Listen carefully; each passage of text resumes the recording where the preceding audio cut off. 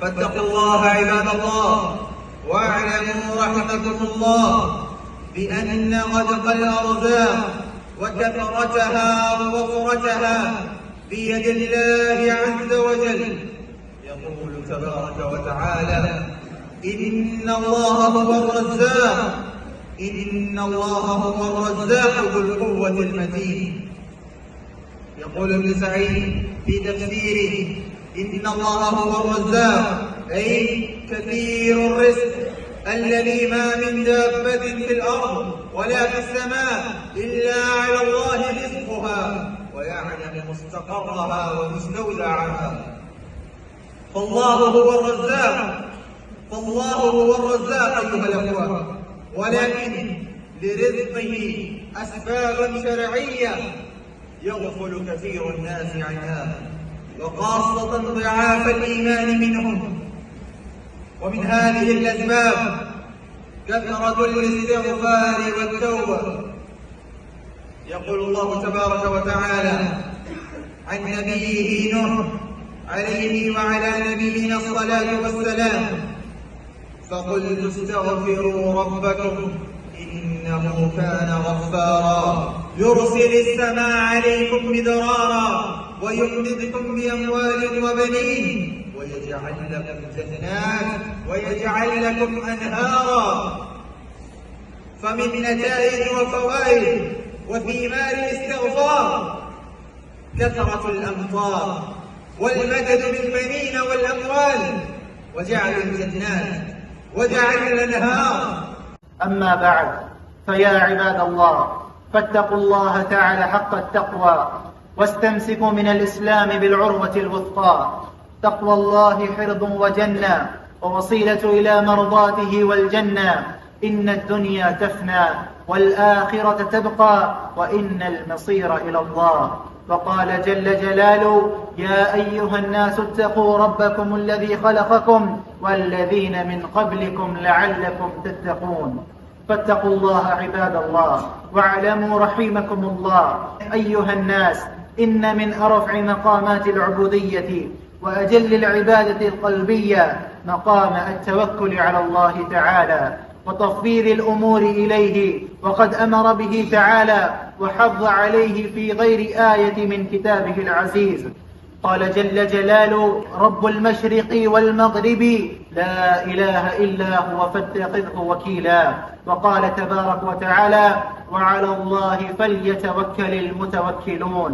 أيها الناس، وجعل الله تعالى التوكل من فرائض الإيمان. قال تعالى: وعلى الله فليتوكل المؤمنون. وعظم شان التوكل فقرنه بعبادته. قال تعالى: فاعبده وتوكل عليه. وحث عليه أنبياء عليه السلام. قال تعالى: وقال موسى يا قومه إن كنتم آمنتم بالله فعليه توكلوا إن كنتم مسلمين.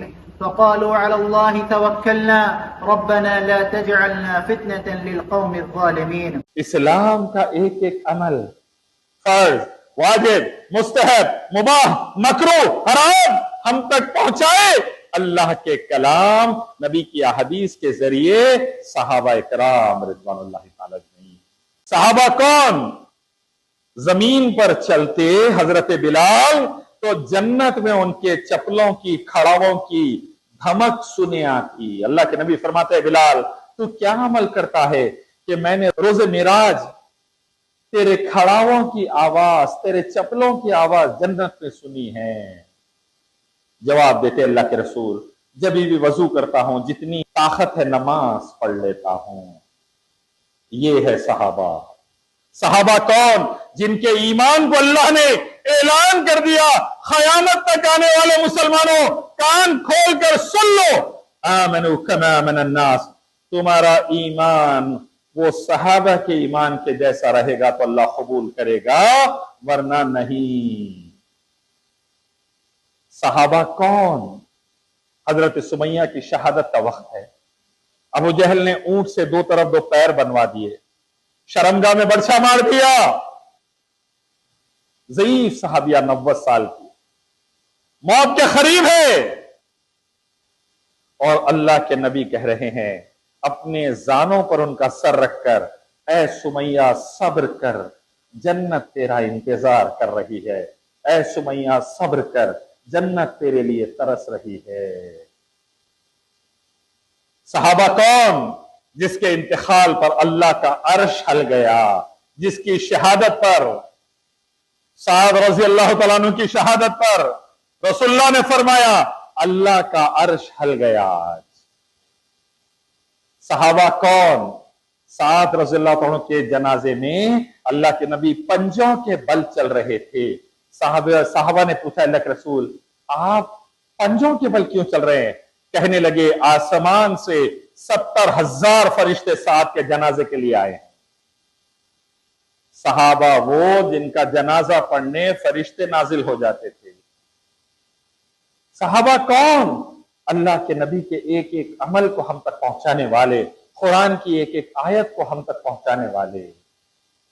آج میں آپ قرآن کی تلاوت کر رہے، رسول اللہ سے قرآن لے کر کس نے پہنچایا؟ اللہ کے حکم سے، فضل سے، کرم سے، صحابہ نے۔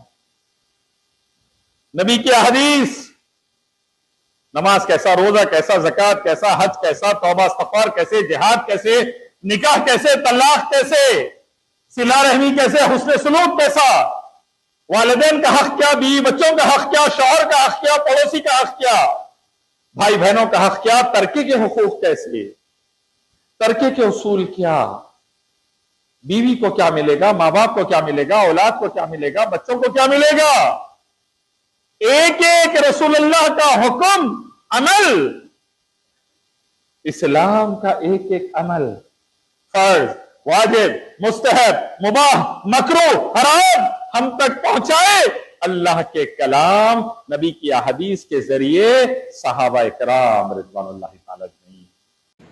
اللہ فرماتے ہیں بسم اللہ الرحمن الرحیم انه من يشرك بالله فقد حرم الله عليه الجنة فقد حرم الله عليه الجنة ومأواه النار وما للظالمين من انصار۔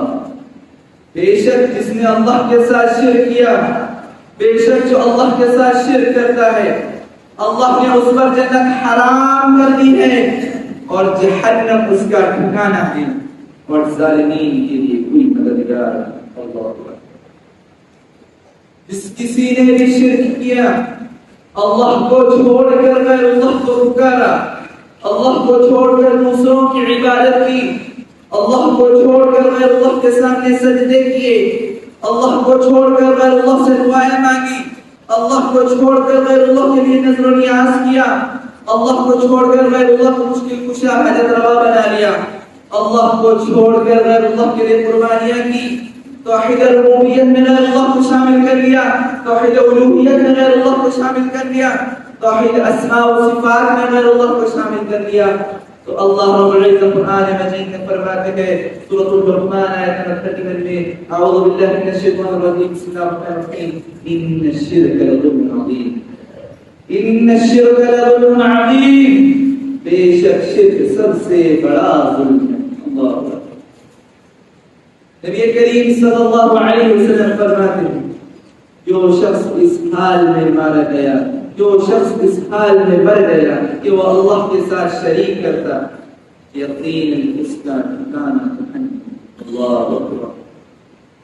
اللہ رب العزت اور نبی کریم صلی اللہ علیہ وسلم نے یہ واضح طور پر ہمیں بتا دیا کہ اگر اللہ کے ساتھ شریک رہو گے، اگر اللہ کو چھوڑ کر دوسروں کی عبادت کرو گے، اگر اللہ کے ساتھ شرک کرو گے تو یقیناً تمہارا ٹھکانہ جہنم کی آگ ہوگی۔ اللہ اکبر۔ اللہ میری آپ کی اور ساری مسلمان امت کی حفاظت کرے، آمین۔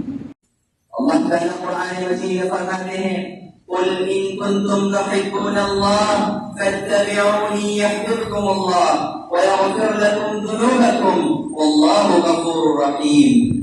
اے نبی آپ اعلان کر دیجئے ان کنتم تحبون اللہ، اگر تم سب اللہ سے محبت کرتے ہو تو میری اتباع کرو۔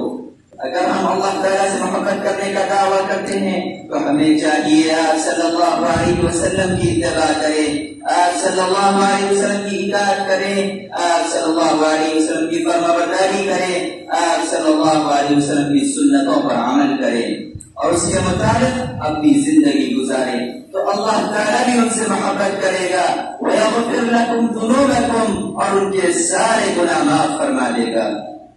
اللہ اکبر۔ اللہ تعالیٰ دوسری جگہ قرآن میں فرماتے ہیں، سورہ احزاب کی آیت ہے، وَمَن يُطِعِ اللَّهَ وَرَسُولَهُ فَقَدْ فَازَ فَوْزًا عَظِيمًا، اور جس نے اللہ اور اس کے رسول کی اطاعت کی اسے بہت بڑی کامیابی مل گئی۔ صحابہ کرام رضوان اللہ تعالی اجمعین کی کامیابی کی اہم وجہ یہ تھی کہ جو حکم اللہ اور اس کے رسول کی طرف سے آتا وہ لوگ کہتے سمعنا وأطعنا، ہم نے سنا اور قبول کیا۔ بدعت کیا ہے میرے بھائیوں؟ دین میں کوئی بھی نئی چیز یا نئی بات ایجاد کرنا بدعت ہے، اور آج مسلمان بدعتوں کی گمراہی میں بھٹک چکے ہیں۔ ربیع الاول کے دن میلاد النبی منانا، شب میلاد شب بارات کی بدعت، 27 رجب کی بدعت، محرم کی بدعت، تاجے تعویذہ گھنٹے پلیتے درگاہیں وغیرہ وغیرہ۔ یاد رکھو مسلمانوں، اللہ تعالیٰ نے قرآن مجید میں اور آپ صلی اللہ علیہ وسلم نے حدیث مبارکہ میں یہ واضح طور پر بتا دیا کہ عبادت کس کی ہوگی، کیسے ہوگی، کتنی ہوگی اور کب ہوگی، وضاحت کر دی گئی ہے۔ نماز کتنی پڑھی جائے گی، کیسے پڑھی جائے گی اور کب پڑھی جائے گی، وضاحت کر دی گئی ہے۔ روزہ، زکات، حج، عمرہ، نکاح، طلاق، ترکہ، ذکر و اذکار، توبہ و استغفار، تمام چیزوں کی وضاحت کر دی گئی ہے۔ چاہے وہ جسمانی عبادت ہو، چاہے وہ مالی عبادت ہو، اللہ تعالیٰ نے قرآن مجید میں اور آپ صلی اللہ علیہ وسلم نے احادیث مبارکہ میں صاف طور پر بتا دیا ہے۔ اس میں اضافہ کرو گے بدعت میں چلے جاؤ گے، اس میں کمی کرو گے